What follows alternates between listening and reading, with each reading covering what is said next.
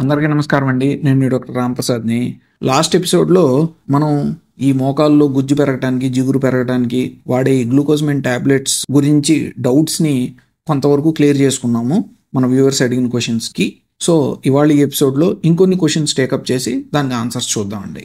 So first question అండి, కొన్ని దీర్ఘకాలిక వ్యాధులు అంటే క్రానిక్ బ్రాంకైటిస్, సిఓపిడి ఉన్నవాళ్ళు అండ్ రోజువాస్టాటిన్, యాస్పిరిన్ ఇలా దీర్ఘకాలంలో మందులు వాడేవాళ్ళు ఈ గ్లూకోజ్మెంట్ ట్యాబ్లెట్స్ వాడచ్చా?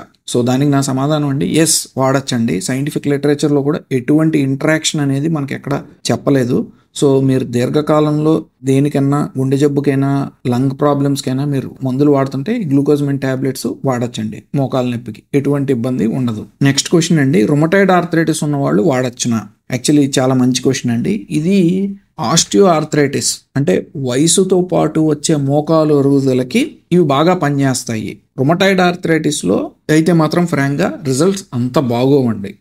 పర్వాలేదు, కొంతవరకు మీరు రుమటాయిడ్లో వాడచ్చు, కానీ ఆస్టియో ఆర్థరైటిస్తో కంపేర్ చేస్తే రుమటాయిడ్లో రిజల్ట్స్ అనేవి అంత బాగోవు. బట్ వాడచ్చు, ఎటువంటి ఇబ్బంది అయితే ఉండదండి. ఈ గ్లూకోజ్మెంట్ ట్యాబ్లెట్స్ వల్ల కిడ్నీలో రాళ్ళు ఏర్పడే అవకాశం ఉందా? యాక్చువల్లీ ఏమీ లేదండి. ఈ కిడ్నీలో రాళ్ళు, కిడ్నీ స్టోన్స్కిను గ్లూకోజ్మెంట్ ట్యాబ్లెట్స్కి ఎటువంటి సంబంధం లేదు సార్.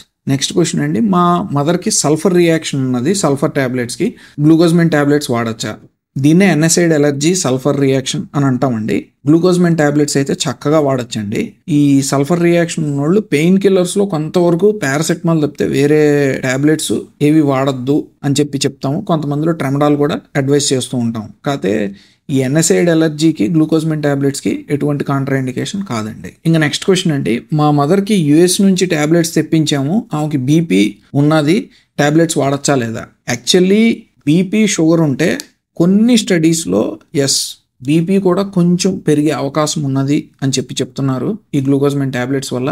అండ్ కొంతమందిలో గ్లూకోజ్ ఇంటాలరెన్స్ అంటే షుగర్ లెవెల్స్ కూడా పెరిగే అవకాశం ఉన్నది అని చెప్తున్నారు. సో మీకు బీపీ, షుగర్ ఉంటే కనుక ఈ గ్లూకోజ్మెంట్ ట్యాబ్లెట్స్ అనేవి వాడుకోవచ్చు. కాకపోతే ఈ బీపీ, షుగర్ని క్లోజ్గా మానిటర్ చేసుకోవాలి. మేబీ అవసరమైతే మీరు సంప్రదించే డాక్టర్తో బీపీ, షుగర్కి డోసెస్ అనేవి కొంచెం ఆల్టర్ చేసుకుంటే సరిపోతుందండి. ఈ గ్లూకోజ్మెంట్ ట్యాబ్లెట్స్ వాడటం వల్ల వెయిట్ పెరుగుతామా? అలాంటి సైడ్ ఎఫెక్ట్ ఎక్కడా కూడా నోటీస్ చేయలేదండి. వెయిట్ పెరగటం అట్లాంటివి ఏమీ జరగవండి ఈ గ్లూకోజ్మెంట్ ట్యాబ్లెట్స్ వల్ల. నెక్స్ట్ క్వశ్చన్ అండి, ఈ కిర్క్లాండ్ ట్యాబ్లెట్స్ అనేవి యూఎస్ నుంచి తీసుకొస్తాం కదా, అవి ఎలా యూజ్ చేయాలి? ఈ కిర్క్లాండ్ అనేది ఒక పెద్ద బ్రాండ్ అండి. వాళ్ళు ఏంటంటే గ్లూకోజ్మెంట్ ట్యాబ్లెట్స్ అనేవి ప్రొడ్యూస్ చేస్తూ ఉంటారు. అండ్ మనకి ఇండియాకి జనరల్గా తీసుకొచ్చేవి కూడా ఈ కిర్క్లాండ్ బ్రాండ్ వాళ్ళే తెచ్చుకుంటూ ఉంటారు చాలామంది యూఎస్ నుంచి. మేము అడ్వైస్ చేసేది ఏంటంటే, వీళ్ళు 750 మిలీగ్రామ్స్, 500 మిలీగ్రామ్స్, 1500 మిలీగ్రామ్స్ గ్లూకోజ్మెంట్ ట్యాబ్లెట్స్ ప్రొడ్యూస్ చేస్తూ ఉంటారు. సో డోసేజ్ అనేది అడ్జస్ట్మెంట్ ఉంటుందండి. ఒకవేళ మీరు 500 మిలీగ్రామ్ ట్యాబ్లెట్స్ ఉన్న మందు తెచ్చుకున్నారనుకో, రోజుకు 3 వేసుకోవాలి. అదే 750 ఉన్నది తెచ్చుకున్నారనుకోండి, రోజు 2 వేసుకోవాలి. 1500 ఉన్నది తెచ్చుకున్నారనుకోండి, రోజుకు 1 వేసుకుంటే చాలు. అలా ఒక 6 నెలలు, లేదంటే బాగున్నది అని అనుకుంటే 12 months వరకు ఇవి వాడుకోవచ్చండి. ఇంకా లాస్ట్ క్వశ్చన్ అండి, మోకాల్లో గుజ్జు మొత్తం అరిగిపోయినా ఈ ట్యాబ్లెట్ వాడితే యూజ్ ఉంటుందా?